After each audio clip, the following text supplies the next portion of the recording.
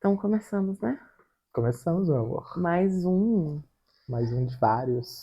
mais um de vários. Esse é o primeiro quadro do Realidade ou Ficção. Isto. Bem-vindos à Casa dos Monstrinhos, onde falamos atrocidades. Nem tantas atrocidades assim, né? Somos monstrinhos, não somos monstros. É isso. Bom, nesse quadro, a monstrinha aí criou todo um roteiro que durou meses e meses para ela elaborar. Talvez não tenham sido tantos meses, mas demorou. Deu um trabalho. Então ela elabora esse quadro no qual, né, eu vou ter que... Ela vai contando uma história, eu vou interrompendo, vou questionando durante essa história que ela vai nos contando, e eu tenho que tentar adivinhar no final se é verdade ou ficção. Olha só que nome genial. Então, esse é um quadro que a gente espera que vocês, junto comigo, tentem adivinhar durante o podcast, enquanto vai acontecendo também. Não me achem burro se eu demorar demais a entender que é ficção, ou entender que é um caso real que todo mundo sabe e eu não sei. Mas é um quadro pra gente que a gente consegue brincar junto, acredito que vai ser bem legal. É isso aí. Então, só para recapitular, eu sou a Larissa, ele é o Caleb, nós somos os monstrinhos e dá o Clec. Clec! Baraboo, Wisconsin.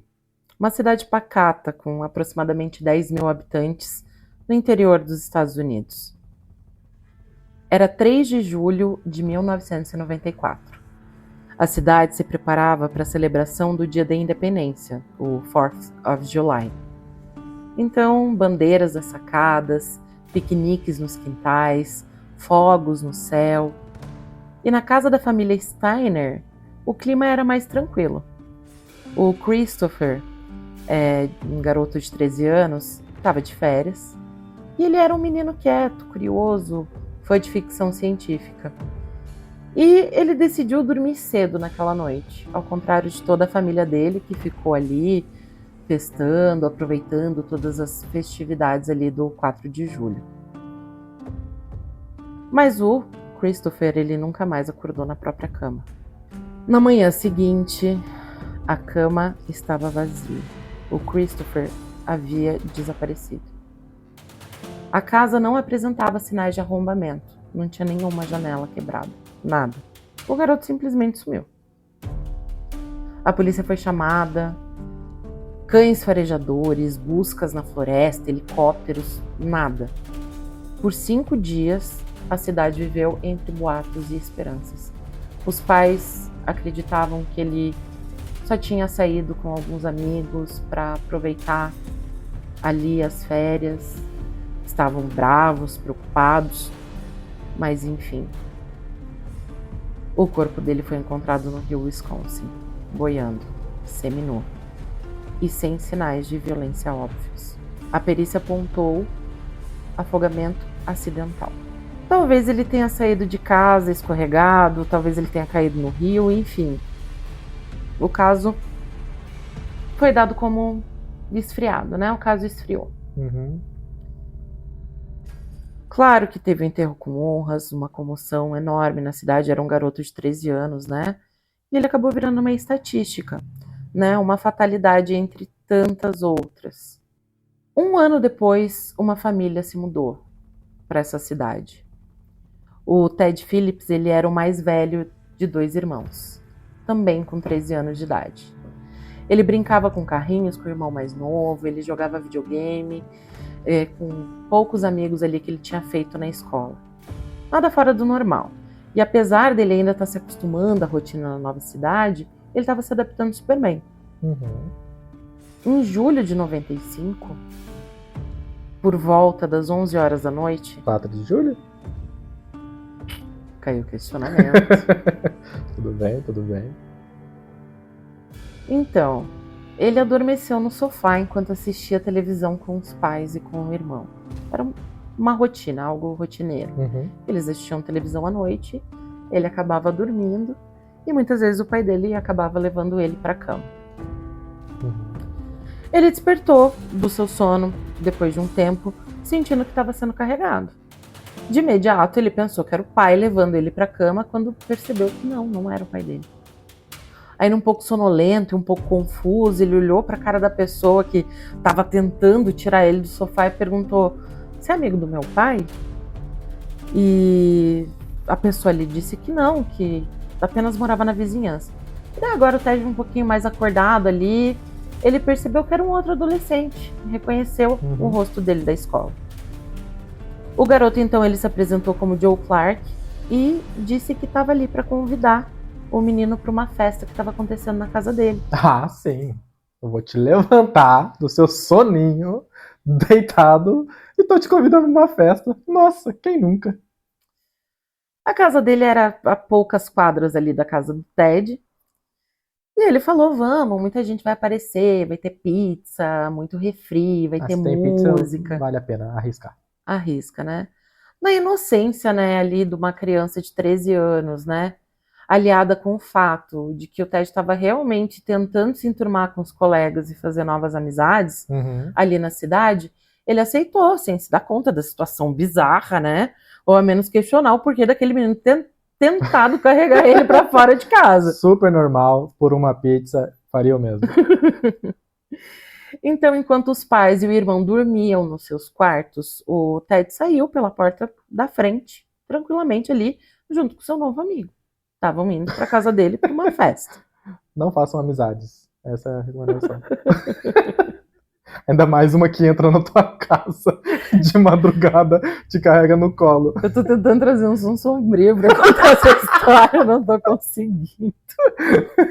Vai tá bom, vai. Bom, então, em poucos minutos, os dois chegaram na casa do Joe. Realmente, ele não estava mentindo, era próximo. Mas ele estava mentindo porque não tinha mais ninguém em casa. Aí o Ted finalmente começou a desconfiar um pouco. Jura? Ele perguntou: "Tá, cadê as outras pessoas, né?" E o Joe tranquilizou ele, falando que eles estavam a caminho. Os dois entraram e o adolescente trancou a porta atrás dele. Ele convidou o Ted para se sentar no sofá e sentou do lado dele. E os dois começaram a conversar. O Joe parecia ser muito gentil, curioso, e ele realmente queria conhecer o Ted. Perguntava sobre a família, perguntava como ele estava achando da escola, se ele já tinha feito novos amigos, se ele estava gostando de morar na cidade. E o Ted, então, se em algum momento ele desconfiou de alguma coisa, ele ficou relaxado, estava tomando o refrizinho dele ali, que o amigo ofereceu, e estava super trocando uma ideia ali com o novo amigo dele, né? Sim. Veio um barulho de fora ali de casa e interrompeu a conversa dos dois, né? O Ted achou que eram os convidados da festa finalmente chegando. Mas algo no semblante do olhar do Joe mudou. Ele simplesmente mudou. Foi como se os olhos dele estivessem vazios. E então, num movimento muito abrupto, ele agarrou o Ted e carregou ele até um quarto no segundo andar da casa e jogou o menino na cama. E o que vai acontecer agora é realmente indescritível. O Ted se rebatia e tentava revidar as agressões, mas o Joe era muito maior do que ele. Mais cedo, enquanto eles conversavam, ele aprendeu que o garoto tinha 17 anos. Não era um adolescente da idade dele. E o Ted reagir só deixava o Joe mais agressivo. Então ele mandou o menino calar a boca e segurou com força um dos tornozelos do garoto. Então ele começou a torcer com força. Com tanta força que um barulho alto tomou conta do quarto fechado. Era o som dos ossos do Ted quebrando. Na força do piá, 17 na anos. mão nua. Bom, é claro que o menino, então, ele deu um grito de dor. E nisso, aquele vazio nos olhos do Joe parecia que tinha desaparecido. Ele demonstrou preocupação e empatia pela primeira vez desde que ele levou o Ted para o quarto. Ele pediu desculpas e então, com muita vergonha, com muito pesar, ele falou: "Eu sinto prazer com o barulho de ossos quebrando."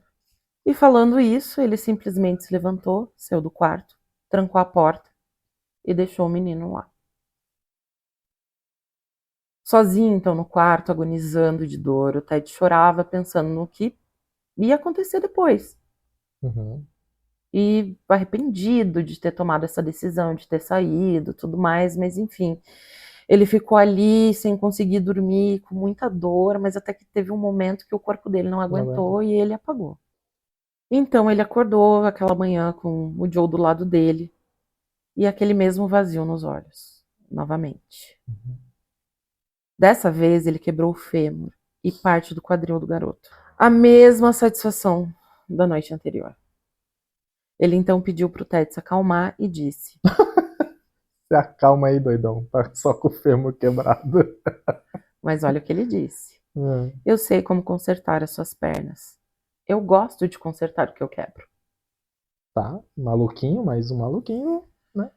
Então, ele abriu uma gaveta, onde tinham ali várias ataduras, tinha uns meiões. Parecia que aquilo era algo que ele já fazia com certa frequência. Uhum.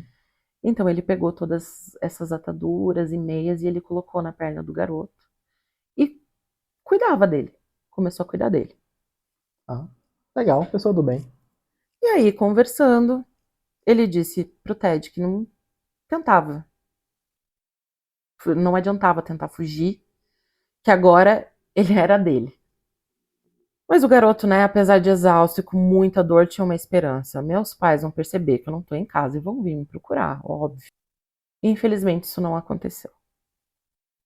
Foram 43 horas de tortura, com o Joe entrando e saindo do quarto, e o Ted só conseguia pensar em colaborar para não sofrer punições. Cara, eu já vi histórias nesse estilo. Histórias reais. Agora a questão dele quebrar na mão é loucura, velho. Vamos lá, vamos continuar. Então, assim, para ele não sofrer essas punições foi porque ele tentou escapar algumas vezes e isso só deixou o rapaz mais bravo, né? Sim. E só que assim, enquanto ele colaborava, ele também começou a elaborar um plano. Um plano ali na mente de um garoto de 13 13 anos, anos. né? Sim. Ele disse pro agressor que os pais provavelmente estavam preocupados e que para não levantar suspeitas, que ele ficaria ali, mas para não levantar suspeitas, ele perguntou se ele podia ligar só para avisar que ele estava bem.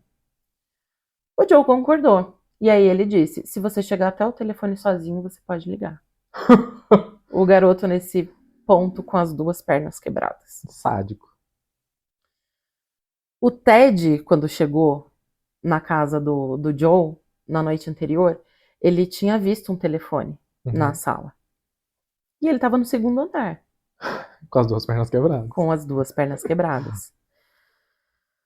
Ele respirou o mais fundo que ele conseguiu. Ele se jogou da cama com muita dor. Ele foi se arrastando até as escadas. E ali ele pensou: eu só consigo chegar lá embaixo se eu me jogar. E ele se jogou. O Joe estava observando tudo do topo das escadas e encarando o Ted com um sorrisinho sarcástico. Uhum. Ele viu o garoto alcançar o telefone e caiu na risada. Nossa. O fio estava cortado. É um filho da puta, mas ele tem um pouco de. Não estou apoiando. É sadismo Não isso. estou apoiando o sadismo. Mas tudo bem, vamos continuar. Nossa, foi horrível isso. Você vai ter que... O cara faz um trabalho bem feito, pô. O Ted, então, desesperado, começou a gritar perto da porta, na esperança de que alguém estivesse passando por perto ouvisse. Uhum. E nisso o Joe ficou enfurecido. Acabou a risada, acabou tudo.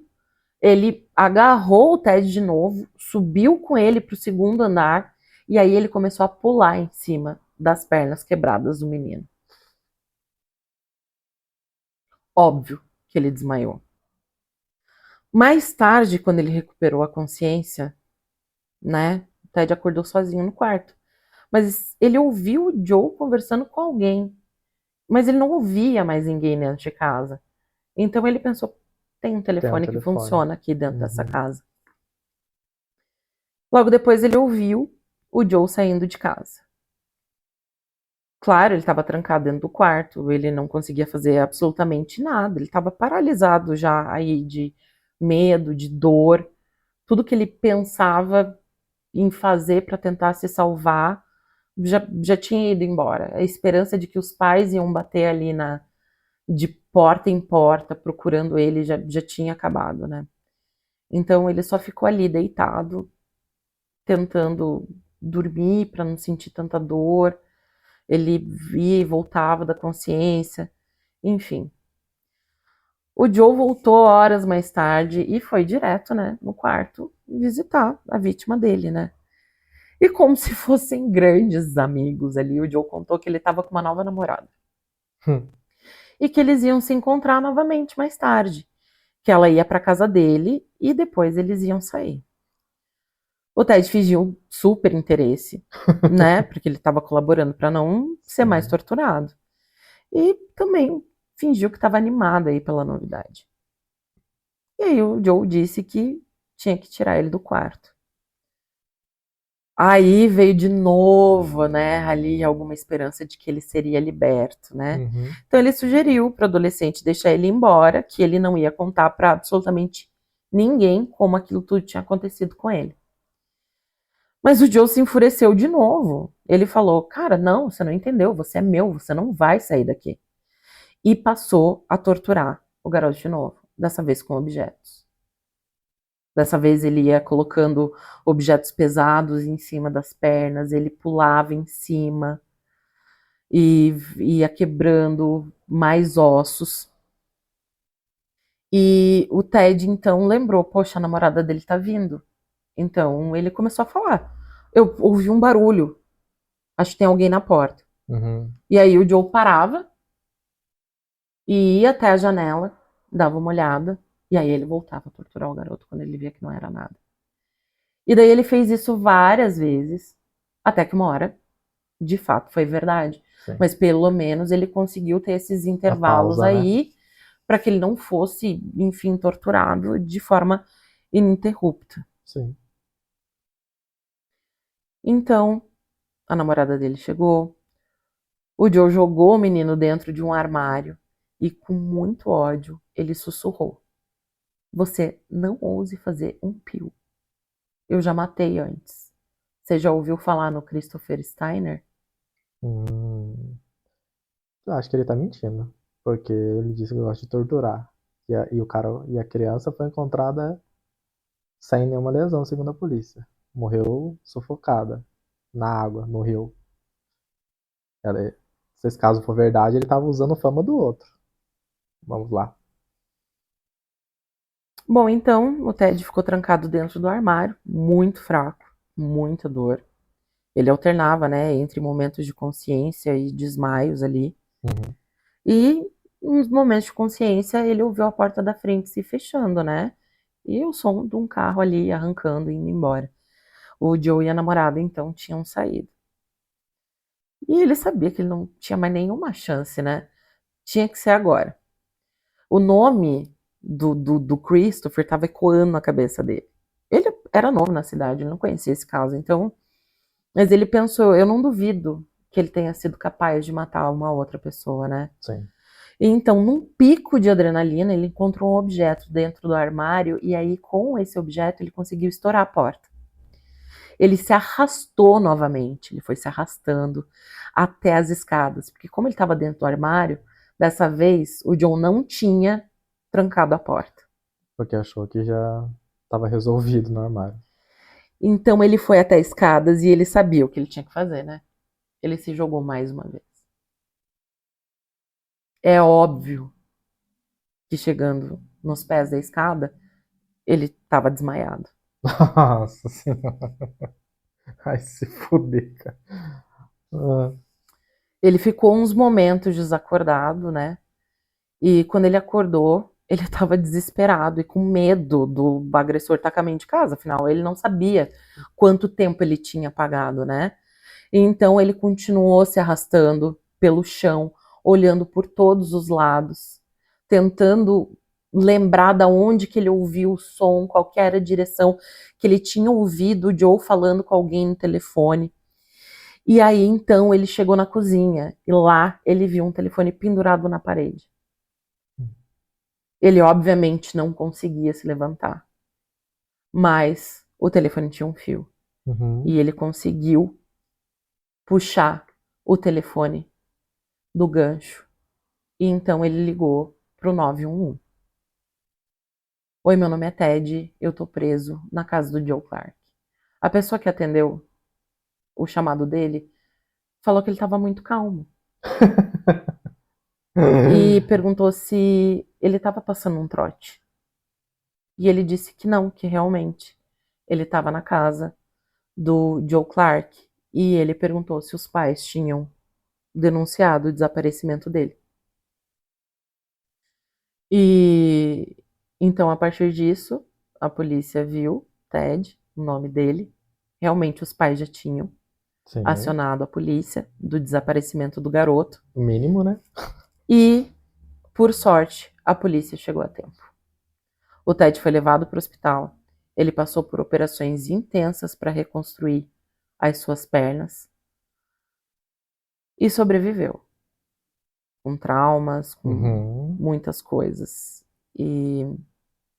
Mas ele sobreviveu. E foi então no hospital que o Ted disse algo que mudou tudo. O Joe falou que já fez isso com outro menino, mas o outro não sobreviveu. E aí, o Joe, claro, foi detido. E aquela perícia que havia sido feita no caso do Christopher, inicialmente, ela foi repensada. Então, eles resolveram reabrir o caso e exumaram o corpo do garoto. Ah, vai dizer que não olharam o corpo desse garoto. Eles só assumiram que tinha sido afogamento. Mas exumando o corpo, então, eles descobriram diversas fraturas nas pernas do garoto. Olha que legal. A polícia, né? Fazendo seu trabalho direito. Fazendo seu trabalho. Muito bom. E este é o fim da história. Eu evitei, né? Evitei falar, porque a história estava boa, né? E para não, não tirar o clima de suspense, apesar que eu tirei em alguns momentos. Agora eu tenho que pensar. E eu vou ver se você me ajuda. Vamos lá. Essa parte dessa criança do Ted, né? Preso na casa. Uma dúvida, né? É o nosso primeiro quadro, né? É o primeiro episódio desse quadro. Você pode alterar as idades de um caso real? Não.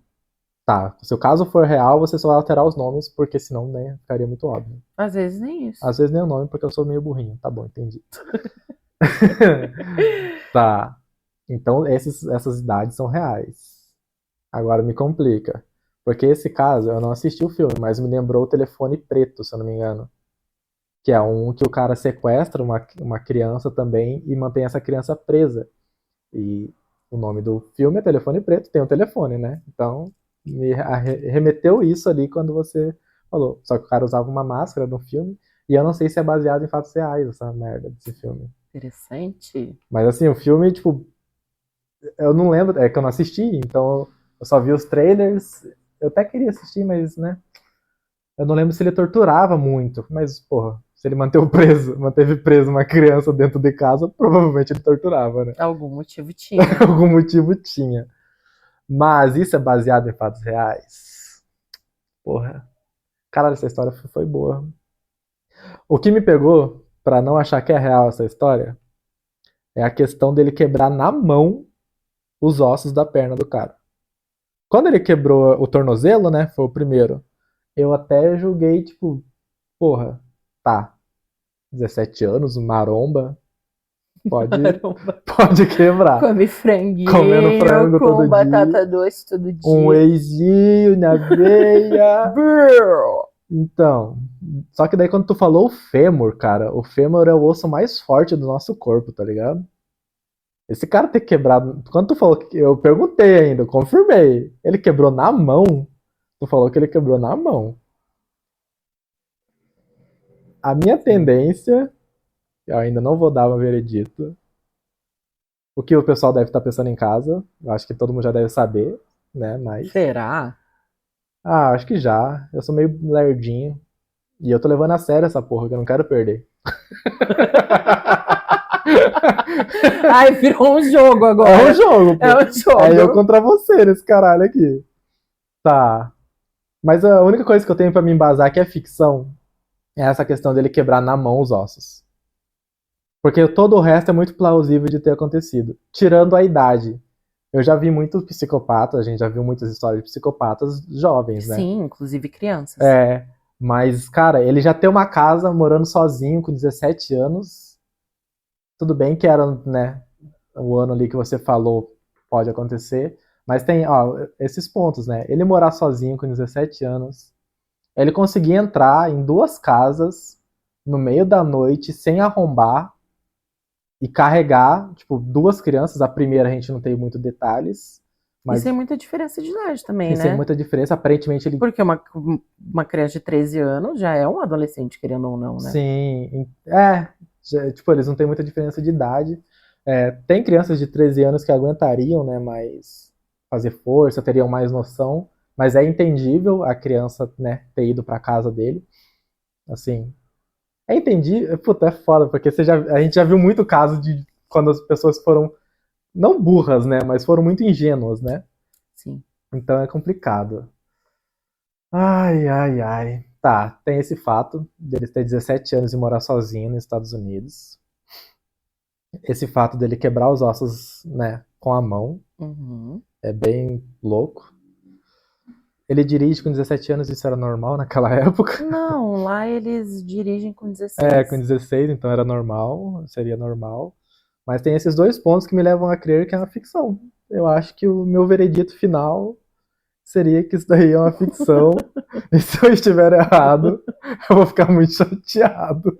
Porque assim, não fala ainda. Não. Porque assim, eu vou dizer, assim, gente, todo mundo que estiver ouvindo esse podcast, uma pessoa de 17 anos matar uma criança e torturar outra, morando sozinho numa casa, tendo tempo pra namorar. Gente, eu tô fazendo faculdade, pra gente namorar já tá difícil. Imagine torturar Mas uma ele pessoa. não tinha o CLT. Verdade. Então, opa! Você me deu uma outra verdade, eu perguntei. Esse cara não tinha trabalho? Não, ele ia pra escola. Ele ia pra escola e morava sozinho. Ou a família era conivente? Fica aí o Não, questionamento. não vem, isso é ficção demais. Isso é ficção e eu dou aqui meu veredito. E se não for, eu vou fazer ser na edição porque eu que mandei essa porra. Diga aí pra nós se isto é ficção ou verdade, se você inventou isso tudo da sua bela cabecinha ou se isso é um caso que eu nunca ouvi falar e puta que pariu, a gente vai ter que ver um documentário sobre. Então, essa história é realidade. Velho, como que é realidade essa É história? realidade, eu fiquei chocadíssima com essa história. Fiquei chocadíssima. Você também não conhecia antes? Não. Caralho, Eu velho. tinha feito um episódio antes. Você viu que hoje eu trabalhei o dia inteiro nesse roteiro. Sim, eu vi você mexendo tudo. Claro, não li, né, nem nada. Eu vi esse caso na quarta-feira dessa semana. Aham, Do nada, apareceu pra mim. sim. E eu comecei a assistir e eu fiquei em choque. E aí eu falei, cara, esse vai dar Então um tu episódio mudou- perfeito. Porque tu já tava fazendo outra coisa. Isso. E só O por isso que outro tu tava tá terminando. quase pronto também. Nossa, cara, mas como que isso é real? Tipo, o que mais que tem nesse caso? Então, ele não morava sozinho, o garoto de 17 anos, mas os pais eram alcoólatras. Então eles passavam muito tempo fora de casa, ou quando eles estavam em casa, eles estavam apagados. Meu Deus do céu, cara. É. E ele realmente fez isso com o garoto, com o Christopher Steiner. Com as mãos? Ele quebrava a maior parte dos ossos com as mãos, mas ele usava ferramentas Sim. também. Ele pulava em cima, ele pisava, porque, tipo, o tesão dele mesmo era ouvir. Era ele Isso, era sentir, era na mão. ouvir. Ouvir. Caralho. Tanto que ele falou pro garoto, o Ted sobreviveu. Hoje Uhum. ele, assim, ele não se recuperou 100%, As óbvio, pernas. porque Quebrou o fêmur, meu ele Deus. manca, mas assim, os médicos fizeram um trabalho excelente, Uhum. considerando que ele teve, tipo, a perna fraturada em mais de 50 lugares. Meu Deus do céu, cara, como que isso é real, velho? E ele manca um pouco, mas ele casou, ele tem filhos Uhum. e ele tá bem hoje, Sim, né? Carrega uns traumas psicológicos, mas faz é. terapia, Tá vivo. tá vivo, tá levando a vida dele, né? E o mais bizarro de tudo isso é que depois da prisão, a polícia revistou a casa, né? Uhum. Do menino, óbvio, e encontraram vários diários e anotações. E tinham desenhos de ossos e Quebrado. também desenhos de planos, né? Uhum. E nesse caderno tinha uma lista com nomes de vários outros garotos dessa mesma idade da escola. Nossa, será que ele já ia porque eram crianças mais fracas e mais ingênuas, provavelmente, né? Provavelmente, E o osso provavelmente devia quebrar mais mais fácil. fácil também. E daí ele tinha, no plano dele, era conhecer, capturar e a coisa da perna. The leg thing. Ah, a questão dele, o tesão dele eram as pernas. Porque também Sim, provavelmente são ossos mais longos, né? Talvez. eu não sei, daí já vem muito detalhe que daí eu também não entrei muito a fundo, Aham. mas ele tinha essa questão, e ainda bem que foi só as pernas, porque graças ao tronco do O menino que ele resto. conseguiu se arrastar e Sim. se salvar. É que também se ele quebra o resto, dá muito mais trabalho, né? Já pensando como um maluco, né? Exato. Mas, nossa. E o garoto Christopher Steiner, ele morreu porque um dos ossos pegou uma artéria e ele teve uma hemorragia interna. Ah, daí ele deve ter jogado no rio Ele jogou no rio, pra se ele livrar. torturou por dias, provavelmente ali por aqueles 5 dias, e daí Daí, depois que o garoto quando morreu, ele viu, jogou no rio. cara. Nossa, e a polícia não fez. Tipo, no início não fez nada Não, referente ao eles caso. viram assim, tipo, eles viram porque como era tudo interno, Ah, verdade. Nossa, mas a perna. Nossa, cara. Não, foi incompetência total dos caras. Foi eles viram ali, tipo, a os hematomas e hematoma. eles E acharam que falaram, era de queda. ele caiu no Uhum. rio, Bateu na bateu pedra. e se afogou, morreu. Caralho, velho. Nossa, mas o que me fudeu foi essa Você foi sacana. Isso aí foi roubo. Eu roubei, Eu vou então. entrar com recurso. Vamos ver, o que que vocês acham, se eu roubei ou não? Fala Porra, aí. claro que roubou, velho. Você não falou que tinha pais. Cadê os pais dessa Eu criança? tava contando a história do menino sendo torturado, agora eu vou entrar em mínimos Eu detalhes. perguntei. Eu falei, esse cara mora sozinho. Não, você tava falando no Nossa. final, quando você tava tentando descobrir se era verdade ou... Então, mas daí você não falou nada. Você se absteve. Você se omitiu isso daí no judiciário da cadeia. Vocês concordam? Eu tô certa ou eu tô Claro que errada? concordam. Eu vou Ele tá editar. bravo porque ele perdeu. Nossa, cara, mas. Não, eu tô bravo que essa história é real. Eu tô indignado que essa história é real, velho. Sim, E que você também não conhecia. eu não conhecia. E nunca. É difícil não conhecer algum caso. Sim.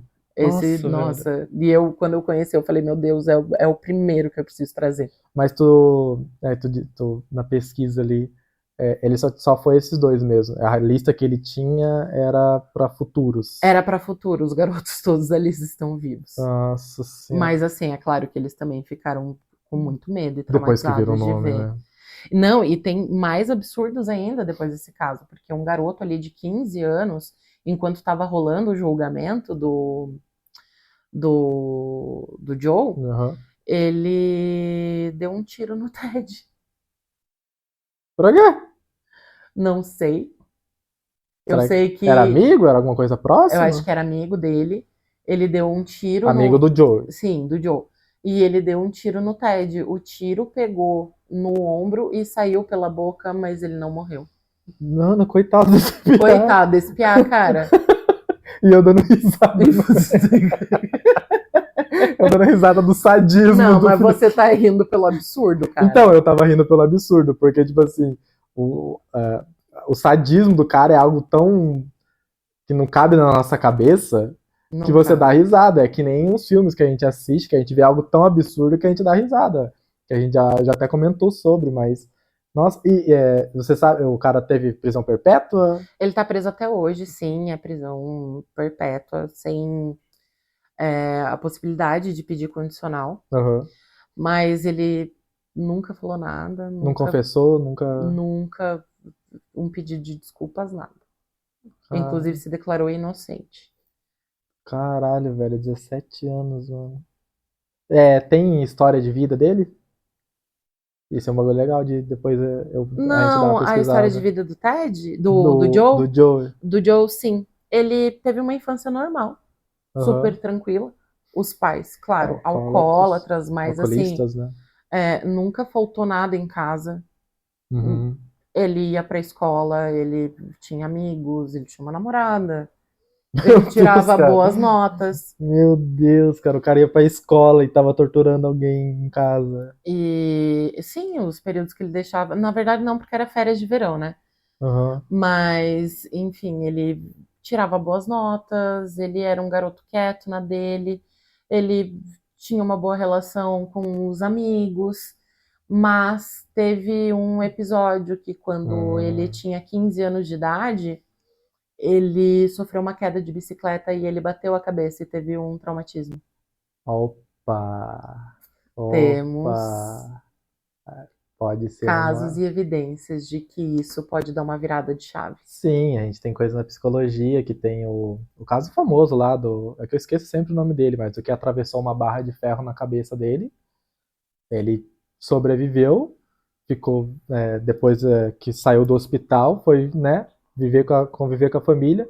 Só que antes da barra de ferro atravessar a cabeça dele, ele era uma pessoa dócil, gentil, trabalhadora.